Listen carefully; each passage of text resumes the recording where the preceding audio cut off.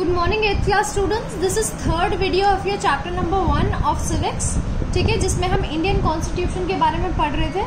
तो अब हम पढ़ेंगे प्रीएम्बल के बारे में। मैंने आपको बताया था क्या होता है प्रीएम्बल और इसमें क्या चीजें इंक्लूड हैं, ये हम पढ़ेंगे। The preamble of the constitution is a part of the constitution. ये कॉन्स्टिट्यूशन का एक पार्ट है। It is the introductory part of the constitution, यानी जहाँ से कॉन्स्टिट्यूशन स्टार्ट होता है तो ये इंट्रोडक्शन है, इंट्रोडक्टरी पार्ट है, स्टार्टिंग का पार्ट है। It serves as the lighthouse which throw light on the aspiration, ideals and values of the people for which constitution is framed। यानी किस चीज़ पे लाइट डालता है, किस चीज़ पे रोशनी डालता है, क्या बताता है ये कि लोगों की क्या आइडियल्स हैं, क्या वैल्यूज़ हैं उनकी, जिसको कॉन्स्टिट्यूशन, जिसके लिए कॉन्स्टिट्यूशन बनाया गया है। Accordingly the preamble to the Indian constitution lay out the national objectives of the Indian states, यानी नेशनल ऑब्जेक्टिव भी बताता है ये इंडियन स्टेट्स का। It indicate the manner in which the government of India is to be carried on. ये क्या बताता है कि गवर्नमेंट ऑफ इंडिया कैसे अपना काम आगे बढ़ाए, क्या क्या तरीकों का, किस किस तरीके से। It also states that people of India determine to realise their objective according to their constitution. और ये भी बताती है कि लोगों का क्या इसमें है, ये बताती है कि लोगों के क्या ऑब्जेक्टिव्स हैं। ठीक है, कॉन्स्टिट्यूशन के अंदर ये सब बताया गया है। प्रीएम्बल में आपको ये कुछ चीज़ें दी हुई है जो आपको रीड करनी है। ठीक है, पीपल के बारे में क्या है, इन सब का वर्ड, ठीक है, ये आपको खुद से रीड करना है बेटे।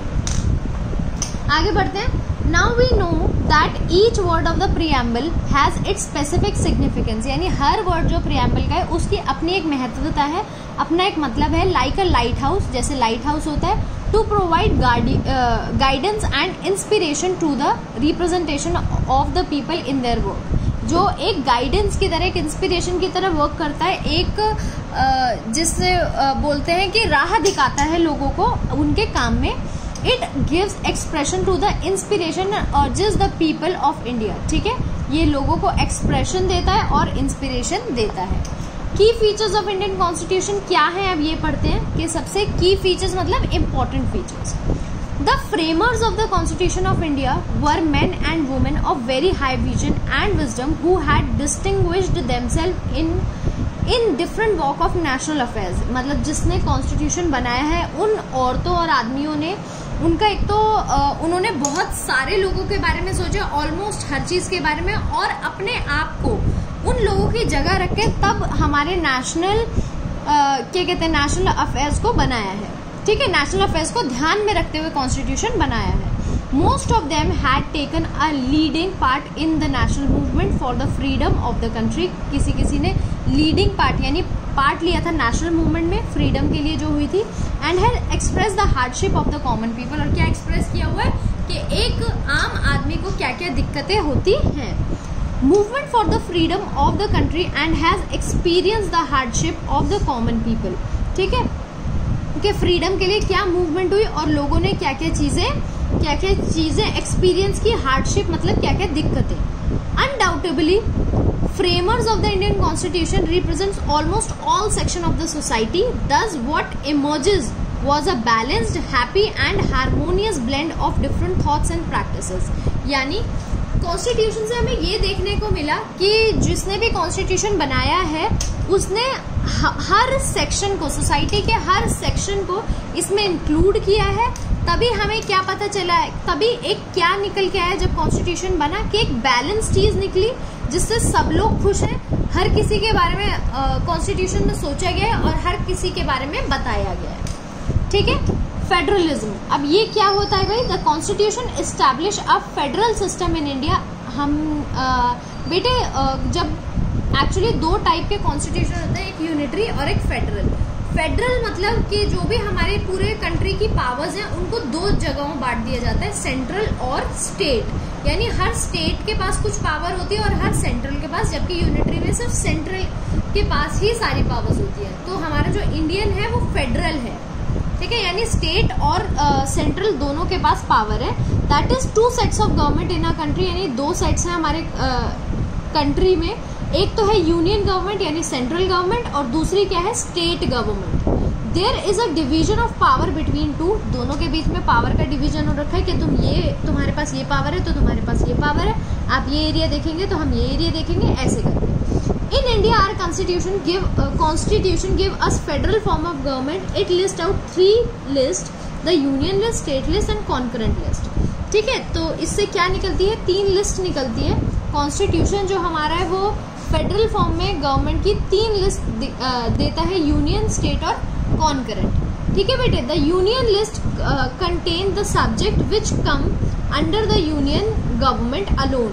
यूनियन लिस्ट में क्या होता है, ऐसे सब्जेक्ट या ऐसे टॉपिक्स के बारे में बात होती है जो सिर्फ और सिर्फ यूनियन गवर्नमेंट के पास है, and only union government can exchange law on these subjects. और सिर्फ यूनियन गवर्नमेंट ही अपने थॉट्स या फिर इन लॉज को चेंज कर सकती है जो भी पर्टिकुलर सब्जेक्ट उनका है।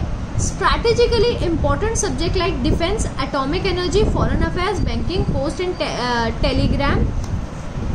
telegraph etc. come under union list। ये आपको कुछ दिए हुए हैं कि यूनियन लिस्ट में क्या क्या आता है। There are 97 subjects in union list। कितने सब्जेक्ट्स हैं, 97। The state list include those subjects on which the state government can enact law। अब स्टेट गवर्नमेंट की लिस्ट कौन सी होती है, जिसमें स्टेट गवर्नमेंट अपना कॉन्ट्रीब्यूशन देती है और अपने लॉ इनैक्ट कर सकती है, यानी अपने लॉ बना सकती है, जिसको लेके इट हैज गॉट 33। और इनके पास कितने सब्जेक्ट्स हैं, 33। कैसे कैसे सब्जेक्ट होते हैं इनके पास, जैसे पुलिस, ट्रेड, गवर्नमेंट। ठीक है, ये जो एक स्टेट से रिलेटेड होता है, come under the state list. किस लिस्ट में आते हैं, state list. The third list namely the concurrent list has subject which are common in both union and state. अब कॉन्करेंट लिस्ट में कौन से सब्जेक्ट आते हैं बेटे, जो यूनियन भी देखती है और स्टेट भी देखती है। Both the governments can make law on these subjects. दोनों ही गवर्नमेंट इस पे लॉ बना सकती है। और ऐसे कितने सब्जेक्ट्स हैं, 47। The subjects left out of all three list leaves some power undistributed. These are known as residuary power. अब ऐसे कुछ सब्जेक्ट होते हैं जो इन तीनों लिस्ट में नहीं होते, तो वो पावर कुछ अनडिस्ट्रीब्यूटेड है, मतलब पावर का पता नहीं है कि स्टेट देखेगी या यूनियन, तो वो चीजें रेजिडुअरी पावर्स में आती है। The central government retain the power to legislate on the residuary subjects. और किसका कौन इस पे लॉ बना सकता है या हटा सकता है, union. India is a union of states for administrative convenience. The country has been divided into 28 states besides 7 union territories that are govern directly by the central government. अब इंडिया को एडमिनिस्टर करने के लिए, कन्वीनियंट करने के लिए कि उसको अच्छे से उसका शासन हो पाए, यानी हर एरिया, हर स्टेट को देखा जा पाए, इसके लिए क्या कर दिया गया, पूरे इंडिया को 28 स्टेट में और 7 यूनियन टेरिटरी में बांट दिया गया, जिसको सेंट्रल गवर्नमेंट, यूनियन टेरिटरीज को सेंट्रल गवर्नमेंट डायरेक्टली देखती है, और जो स्टेट्स होते हैं उसको स्टेट गवर्नमेंट, और यूनियन अगर स्टेट गवर्नमेंट से कुछ नहीं संभलता है तो वो यूनियन गवर्नमेंट के पास जाती है। Following are the federal characteristics of constitution. अब ये है कुछ कैरेक्टरिस्टिक्स फेडरल। क्या है, सुप्रीमेसी ऑफ द कॉन्स्टिट्यूशन, यानी कॉन्स्टिट्यूशन सबसे ऊपर है, उससे ऊपर किसी को कुछ भी नहीं या कोई भी लॉ अप्लाई नहीं होगा। Division of power between union and state, union और स्टेट में पावर बांट दी गई है। Upper house of the parliament, Rajya Sabha, represent the state of the union, और जो अपर हाउस है वो यूनियन को रिप्रेजेंट करता है, और रिटन कॉन्स्टिट्यूशन है हमारा।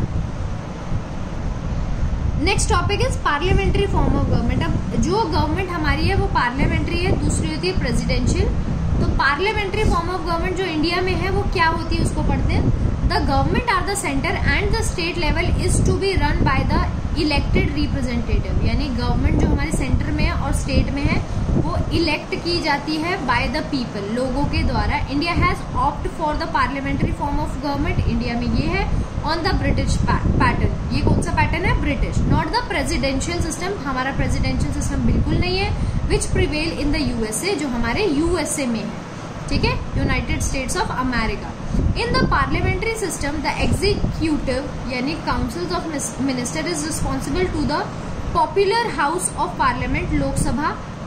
इन द पार्लियामेंट्री सिस्टम, क्या है पार्लियामेंट्री सिस्टम में, हमारे जो एग्जीक्यूटिव्स हैं यानी जो हमारे मिनिस्टर्स हैं, पूरी काउंसिल यानी जो ग्रुप है हमारे मिनिस्टर का, वो किसको रिस्पॉन्सिबल है, लोकसभा को। यानी कोई भी अगर काम करती है, कोई भी क्वेश्चन है तो लोकसभा उससे पूछ सकता है। In the parliamentary system there are 2 executive, nominal and real. 2 executives होते हैं इसमें, नॉमिनल और real. The president is the nominal executive and the council of minister headed by the PM is the real. यानी एक तो president होता है nominal, यानी जिसके सिग्नेचर वगैरह होते हैं, और एक होता है रियल, यानी जो सारे डिसीजंस लेता है, मिनिस्टर से अपनी बातें डिस्कस करता है वो। ठीक है। Indian constitution provide the universal adult franchise, यानी इंडियन कॉन्स्टिट्यूशन जो है यूनिवर्सल एडल्ट फ्रेंचाइजी हमें सारे सिटीजन्स को प्रोवाइड करवाती है। यूनिवर्सल एडल्ट फ्रेंचाइजी मतलब 1 पर्सन 1 वोट, यानी अगर कोई भी इंडिया का सिटीजन है तो उसको वोट देने का अधिकार है, इररिस्पेक्टिव चाहे उसकी कोई भी कास्ट हो, कोई भी उसका सरनेम हो, किसी भी रीजन से हो, कोई भी लैंग्वेज बोलता हो, सबके पास ये राइट है। The voting right has been guaranteed to every citizen of 18 years, हर किसी को ये राइट है 18 साल के बाद, और more without any discrimination as to caste, race, sex, place of birth. ये मैं आपको बता चुकी हूँ। ठीक है, कोई भी डिस्क्रिमिनेशन नहीं होता, 18 साल से ऊपर है तो आपको वोट देने का हक है। The minimum age prescribed to avail voting right was reduced to 18 years from 21 years in 1989 by 61st Constitutional Amendment, यानी पहले 1989 से पहले 21 ईयर थी वोट देने की, मगर उसके बाद इसको रिड्यूस कर दिया गया और 18 साल कर दिया गया 61 Constitution Amendment में। The adult and universal franchise is the basis of the modern democracy.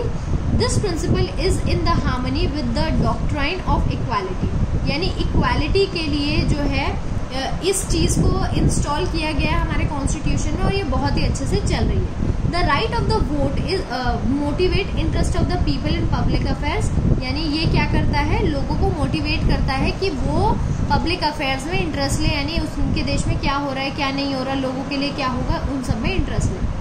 ठीक है। The right to vote inculcates self-responsibility among the citizen, and true democracy depend upon the adult franchise.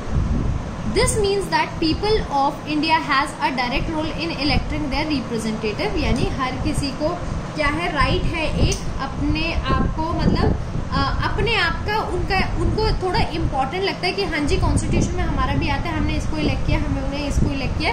Basically लोगों को politics में include करने के लिए, यानी अपने वो पब्लिक अफेयर्स में इंटरेस्ट ले, इसीलिए वो वोट करते हैं। Every citizen of India irrespective of his और हर social background and also contest in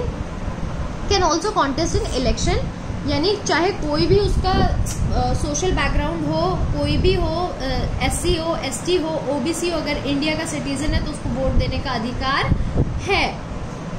The parliament control the function of the council of minister. It means they are accountable to the people of country. जो हमारा parliament है वो ministers के लिए, ministers पे control रखता है, देखता है वो क्या कर रहे हैं क्या नहीं कर रहे हैं, यानी इसका क्या मतलब है कि वो जो कंट्री के पीपल है उनको आंसरेबल है कि अगर उन्होंने ये लॉ बनाया है तो क्यों बनाया है, या ये लॉ नहीं बनाया तो क्यों नहीं बनाया। ठीक है बेटे, तो आपकी जो वीडियो नंबर 3 है वो यहीं पर फिनिश होती है। नेक्स्ट पार्ट हम नेक्स्ट वीडियो में पढ़ेंगे।